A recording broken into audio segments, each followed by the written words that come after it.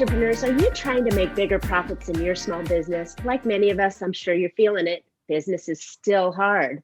Now more than ever, you need to make sure you have a plan to help you not just survive, but thrive. I'm Marcia Reiner. I'm a business strategist on a mission, and I've helped tons of small business owners to implement and establish and implement a tangible plan that guarantees sustainability and profitability, and it guides your growth. I want to share with you some strategies that I've earned and learned on today's Profit with a Plan podcast. So my guest today is really excited, is Valerie Recore. And Valerie is a productivity coach. She's a time giver and a decision maker. She works with overwhelmed and overcommitted women. She's been there. She gets it. She's got 2 young kids, a husband, and runs a business of her own with an occasional social life, right?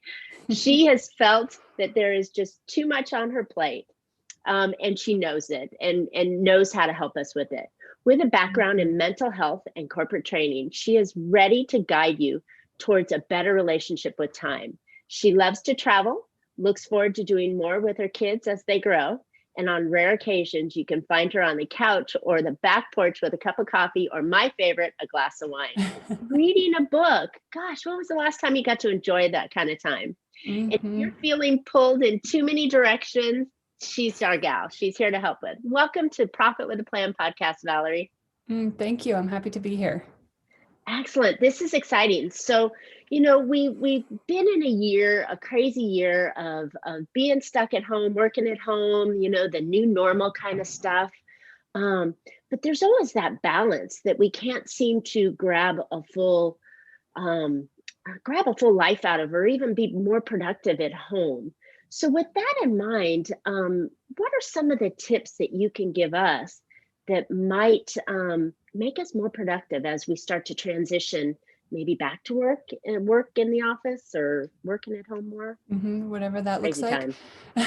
No. Sure. Well, and I think when we are working from home, it's easy to lose track of those boundaries between work and anything else. The computer's always there. We can always just be on our phones or our tablets. And so we just are constantly, and I find myself occasionally just checking my work email way too much. I check my personal email and then I immediately follow it up with checking my work email. And I'm thinking, why? It's Saturday morning. I don't need to be doing any of this. And so really putting in those boundaries of, okay, I am done working for today. And I'm going to shut my computer down and I'm going to walk away. And maybe there's a ritual in there. Maybe you walk around the block. Maybe you go have a kitchen dance party, whatever it is, doing something that kind of signals the end of your workday. I like that. And I think in there too, we can always work more, but I think it's knowing what we want to do every day. What are our priorities? What are the key 3 to 5 tasks that need to happen every day to move our businesses forward? What is bringing in the clients, making the money, whatever it is we need to do, and focus on those. And then if you get those done by noon, you can keep working. Or maybe if you run your own business, you take the afternoon off because you've gotten those tasks done. And then you can go play for a little while. But I think those boundaries are the key part of that, because it's easy to do too much and not walk away when you should. I totally agree. And I think with us being still in this pandemic kind of world, we lost those boundaries over the last year plus of saying, well, I got up and I left my bedroom and I went to my desk, and then I went to the kitchen, and then I went back to my desk, and we never really left the home. So those lines got really, really blurred. And okay, I had a good day today. I went from the kitchen table to the couch to the desk back to the dining room table. I experienced some freshness. But how do we keep that? How do we make sure that we're staying on guard like that? Because those boundaries are good to say, but hard to execute on. They are, absolutely. I would start by taking a look at your weekly schedule and maybe doing some time blocking. So maybe you're going to focus on certain tasks during certain days or certain times of the day. You're going to check emails certain times of the day, and really blocking that out on your calendar, while also leaving room for things who to come up. I will add 7 things to my to-do list by Tuesday morning from what looked to be an easy week. And suddenly I'm going, what just happened? I have so much going on. And so leaving space in your calendar, maybe blocking time off on your calendars if you can. So I usually don't, my calendar is blocked off. People cannot schedule appointments with me on Fridays. I will schedule appointments with others, but I'm in control of that. And so Friday is like my catch-up day. And when I do all my admin or just whatever didn't get done during the week. And then setting timers. I think using timers to do that. Using a time timer. I don't have one near me, but it shows the time counting down. And it's great with kids, but I use it for myself too. So you could say, I'm going to sit here and work on this task. We've got this on our watch. We've got this on our phone. It's not like you have to run out and buy something crazy. No, and you don't at all. No, just use a timer. So I'm going to sit and I'm going to work on this task for 30 minutes and then I'm going to go take a walk. I'm going to, maybe you have a timer that goes off at 4:30 every day. And that's the reminder for you of, okay, I'm going to wrap up my day. I'm going to clean up my desk. I'm going to process a few emails, check my to-do list and schedule for tomorrow. And then I'm going to walk away.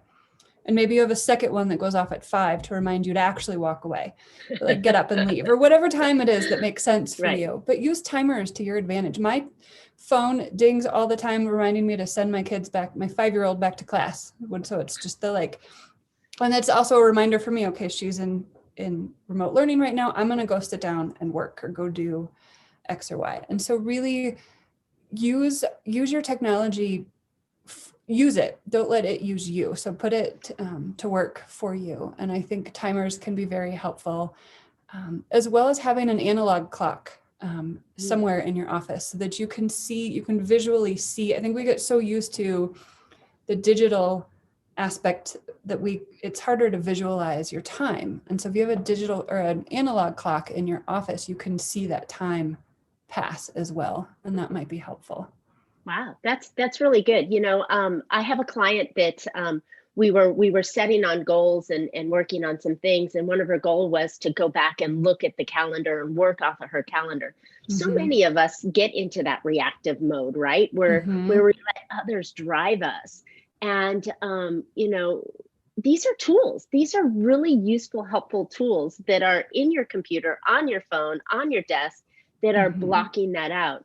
I got a mistake the other day I let people into my calendar and I thought I had blocked a time where it threw my whole day off because they jumped into a slot that was open that, they can't see that my entire day was full except for that one little slot. And it really did mess me up. So I love the idea of really setting those boundaries in your calendar for you to be able to catch up, do the things, or even just take that time off, because I know I find we're trying to put that square peg into the round hole. And sometimes just that walk around the block or stepping away from the computer will give us that extra energy we need to do that. So that's really, it's important. And I think, so I noticed over the last few months, I prefer to exercise most days of the week. And I found that if I wasn't exercising by noon, maybe 1 o'clock, it just wasn't going to happen. And so I actually have blocked off on my calendar this year from 11 to 12. That's my time to exercise. Like that is when I do it during the week because it makes the most sense for me. And I don't feel like I have any less work time. It's just I've shifted my day around so that's my time. That's when I'm taking a break. And there's so many, listen to podcasts or think about a work problem while you're doing it. So you're not fully maybe stepping away, but I think that's important to make time for. That is, because when you do that, it frees up that mind, it gets the blood flowing, and then you can come back and attack the problem. And, oftentimes we forget about that, where we work through lunch, we grab something, we're sitting at the desk, we're still pounding, we look up, it's 3 o'clock and it's like, holy cow, where did the day go? And you need, I think when you walk away, you are more productive. Like you can hit that point of diminishing returns of just the more you work, the less productive you are because you're exhausted and you need to take those breaks. Yeah, I like that. Okay, so we talked about managing something that we really should do, which is our time, because it's something we can control, right? There are so many so many forces against us in the world that we cannot control. One of the few things that we can control is what we do during the day and the time. Mm-hmm. So Mm-hmm. I like that. So what are some of the other productive things that can get us really working and coming out of these challenges that we've been in to make us that much stronger? Mm-hmm. So several things. One, to just take a step back from all of this. Take this time to really evaluate where it is where it is you're headed, where is it you want to go, how is it you want to spend your time, and with whom. Who do you want to hang out with, and so we're not diving right back into pre-pandemic life where we're just hectic and doing everything without intention. And really taking this time to think about that. How do you want to be spending your time? What is it you want your business to look like? And how are you going to get there? What is it you want your personal life to look like? And really starting, I think now is a great time to start taking those steps. What is it you want to be doing, and what can you start doing safely now to build on that? Is it saving money, building your business, exercising, being outdoors, whatever that might look like? And really taking that time now while we can to move forward into that. And knowing where your time is going right now. I think it might feel strange to track your time in the middle of a pandemic when time just seems to mean nothing anymore. Nobody really knows what's going on. Right. But really taking that time to know, especially for your business, where you're spending your time, so that you know what tweaks you might need to change. Maybe you think you're not spending any time on social media, you think you're not spending any time with your family, but when you track it, you really find out like, okay, I am actually spending time with my family, or, wow, I'm on social media way too much. No wonder I'm not getting anything else done. Or Right. And this is a great time to do that reevaluation. I'm a fan of that, you don't just do it in the beginning of the year and then it's done and set in stone and off you go. It's something that needs to be touched. Your planning and strategies need to be focused on and touched on a regular basis. So, you may have had those goals that you set at the beginning of the year, and maybe they fell off, or maybe you didn't get to where you thought you would. But it's also a great time to reestablish those goals and reevaluate and figure out where you're going. That's a good point to come in at the second quarter, at the third quarter, the fourth quarter, at any time during the time that you set the goals to, completing the goals, you can reevaluate. Absolutely. Pull yourself back on track again. Yeah, things are going to shift, and you may need to, either pull yourself back on track or just shift something completely different. Hey, this isn't going to work out this year. I'm going to move it, just put it in the back burner, and I'm going to focus on this other goal that I know that makes more sense, or whatever that looks like. But it really taking that time, I think, to evaluate on a regular basis so that we can shift what we're doing and get back on track wherever we need to. Absolutely. Yeah. Those we know that, Pandora box opens, you go one path and all of a sudden you're realizing, holy cow, I got 10 more things to do over here that maybe you didn't account for. And so, or that's a very productive or profitable direction. Let's add more to that. So that reevaluation time is good. Absolutely. So when you're reevaluating, what are some of the tools that you can do in your business to keep that reevaluation going frequently? Is there like a calendar time? Do you schedule it? What are your thoughts on that? I would recommend scheduling time, either quarterly, maybe monthly, if that makes sense for you. No more than 6 months, at least 3 months, every 3 months. Schedule that time. And it might feel like, oh, I can't take this hour, these 3 hours to kind of take a step back, but it's going to save you time in the long run to reassess, to take that time, kind of have a little board retreat with yourself and really just take some time to focus on all of that, because you're going to realize where you've fallen off track, what isn't working. How are you spending your time? Maybe you track your time for a week or two before you take that time. And so then you step back, you block some time on your calendar, and you take a morning or an afternoon to just really evaluate what you're doing, where your time is going, and say, hey, okay, this process isn't working, or it's taking too much time, or maybe this process is really important, but I need to outsource it. I don't have time to do my own social media. Maybe I need to just let somebody else do this because this piece is important and I don't have time. Or that's not the best use of my time. Right. Something That else is. also Yeah. as well. Yes.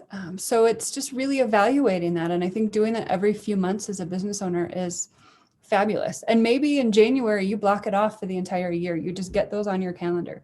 These are when I'm taking my days to just have a retreat by myself, curl up in a cozy corner of your house or wherever, whatever makes sense for you, and take that time and really process, check in with your goals and your visions, and make sure that you are spending your time focused on that. Absolutely. That's the magic thing, I think, that people forget about the productivity is, we just get into habits and routines and we just chug along and we think, if I just do more, or if I just am a little bit better at it, where, instead of taking an hour, it takes me 40 minutes or it takes me a half hour. That's the wrong thought process in my mind. And you brought up a couple of really good points that bring it to, it just may not be the right time for you to do that, or it may be that you need to delegate it, or you might have not realized that you're spending all this time over here when you thought you were spending it over there. But it's that reevaluation thing that I think really, really helps out.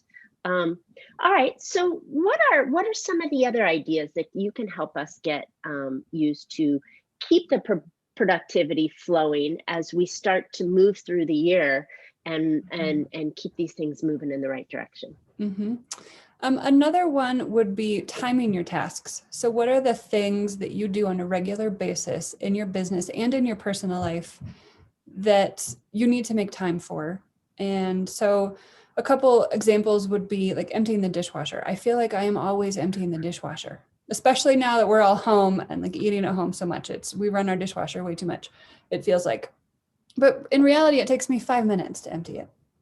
Maybe 10 to 15 if I empty it and load the dishes that have collected on the counter since last time.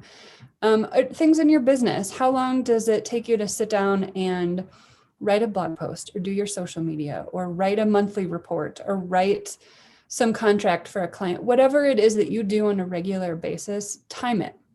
And maybe you need to time it a few times to get an average, like a good sense of how long it takes you, so that okay, I need to block 2 hours off every Tuesday morning to do this monthly or weekly report or some client contracts or whatever that looks like in your world, and make that time. Or it might be that it feels like it's going to take you 3 hours, but it really takes you half an hour. You just procrastinate or obsess about it for so long that it just feels like a bigger project. And sometimes just that first step is a really big piece there. So timing your tasks can also be very helpful. Let's see, there was another one that just escaped my mind. So timing your tasks and So when we're timing that task, I'm a big fan of systems and processes. So, if you're going to find that like you've obsessed about it, you've worried about it, you don't like it, it took you 3 hours when the actual task itself took you 30 minutes. And we talked already about potentially delegating it. This might be a good time for you too, to create those systems and processes so you can delegate it, like writing a standard operating procedure. So, this is the formatting that I want, or this is the steps I take when I onboard my client, or these are the steps that I take after the client meeting. I go through this, and that, whatever your processes that you repeatedly do all the time, make the notes on it. Figure out how you can improve it, right? Whether you're delegating or not, but that improvement will put more time back in your day, right? Absolutely. And then if you have that checklist or those operating procedures, it makes it easier for the next time that that you do it. So I have a whole checklist of things that I do when I'm working on my social media, like where is it documented? How am I scheduling it? Like, what am I looking at? Where am I getting my ideas from? And this checklist helps me make sure that I'm doing all of that, and so that it's quicker and easier to do next time. I think documenting it is definitely helpful. So what do you think? You brought up another thing that kind of is a time, I want to say a time killer, or maybe a false time killer, is we make a list. And then we made a list of the things that we've already done, right? Oh, I did this one, so I can write that down and put a line through it. You start cheating on your list and stuff. Talk to me a little bit more about lists and how you can make that productive and beneficial as a win kind of situation. Yeah, there are so many different ways to do that. So first, I would start with what I call it, or I don't call it, a brain dump. So just sit down and get everything out of your head, because your brain is not meant to hold all of your ideas and your to-dos and your tasks and appointments. It all, just get it out of your head onto a Word document, onto a piece of paper, whatever makes sense for you. And it doesn't have any rhyme or reason, just get it all out of your head. And then you can go back once you've done that and look at it. What is it that's on your list? And then you can start to organize that into a couple of different ways. So one would be by where sort of the topic. So it might be errands that you need to run. It might be a list of phone calls you need to make or emails you need to respond to. And you don't have to split them by work and personal in that case. So you're going to sit down and make a bunch of phone calls on Thursday. You have all those phone calls are already listed. And so you can just sit down and like knock those out as it makes sense. Same for emails. Maybe it's sitting down and processing a certain number of emails or flagged emails or whatever that might look like, or errands as well. Or it might break it down by like work you do at your computer and work you're going to do off your computer in a meeting. So breaking that down, you can look at it in terms of due dates. So what is it that's coming up soon? What are bigger projects that I need to break down into smaller steps? So you don't want to just have, like, if you have a presentation you're giving in 3 months, don't just write down the name of that presentation. It needs to be, put that on your calendar and then break down all the steps of what you need to do so that you are making progress and preparing for that presentation. You don't want to just a week before be like, oh, I have to book this flight and I have to do this or that, and I still haven't written this presentation. I don't have like you've been steadily working towards that because you've broken that project down. That was several. I think in anything we do in the business, breaking it down into bite-sized chunks. My mom used to say, you can't eat an elephant in one bite. So start at the tail and start working your way through it. Yeah. So, any project that you can do, or even your daily task, if you break them down into this is what I got to do in the morning, this is what I've got to do in the afternoon, this is what I've got to do on Monday, this is what I got to do on Thursdays. You break them down and make it into some sort of a habit or rhythm that you do. And then it becomes easy. You know that on Thursday morning, you've got to do X, Y, and Z. Yep. I like that. I like that. So my first thought that came to mind was that you rank them, and you rank them from this to that. But I like how you broke them out and you broke them down and you moved them into categories that made sense. That's a good idea. And you don't want to work off of just one master list because your brain is going to be so overwhelmed. So pull some out. So I'll have my list of to-dos for the month. And I sit down, I do most of my planning on Fridays for the following week. And I think, okay, this week or next week, I don't have a whole lot of scheduled meetings. So I'm going to put in these big projects that I need to work on. And I'm going to maybe block time off on my calendar so that time stays clear. And like, this is the time I'm going to sit down and work on this presentation. And so then I know that I'm making progress on those steps. And then when it's broken down a little bit smaller, let's say Tuesday morning, I didn't sleep all the night before, I'm worn out, my kids are cranky, something. I know what's on my list for the week. It never happens. Never happens. We always sleep well. Things don't get in the way. But I know, okay, this isn't going to happen today, but this other task was on my Wednesday to-do list. I'm going to do that today. I'm going to switch things around. So maybe I'm working on something a little bit easier, but I'm still making progress. But because I have everything documented and loosely scheduled for the week, I can shift where I need to. Or I'm going to sit down Tuesday and just like, all right, no, I actually have to get this done. I'm just going to have to sit down and knock it out and do it and just be done with it. Take a bite out of that elephant. Right. It's a nice visual, right? You're thinking of this gigantic elephant. You go for the ugly stuff first. You start at the tail. You just got to go somewhere. Yeah. Yeah, you do. And I think that's it.